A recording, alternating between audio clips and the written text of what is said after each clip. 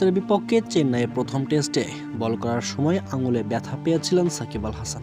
শুধু বল করার সময় নয়, দ্বিতীয় ইনিংসে ব্যাট করার সময় মোহাম্মদ সিরাজের একটি বল এসে হাতে লাগে সাকিবের।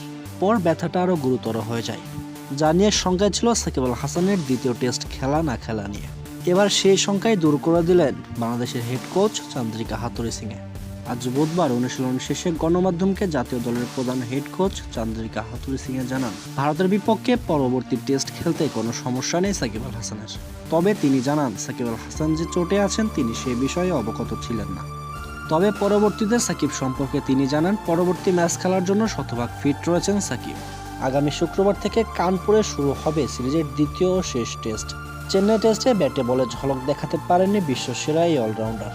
2 ইনিংসে ব্যাট করে 32 ও 25 রান করে আউট হন তিনি। সব ছাপিয়ে বেশি আলোচনায় হয় তার বোলিং নিয়ে। চেন্নাই টেস্টে 2 ইনিংসে মিলিয়ে 21 ওভার বল করে সাকিব আল হাসান, কিন্তু কোনো উইকেট পাননি এই ম্যাচে।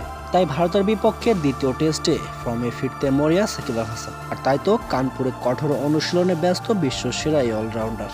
আশা থাকবে ভারতের বিপক্ষে দ্বিতীয় টেস্টে একটা ভালো কিছু করতে পারবেন তিনি।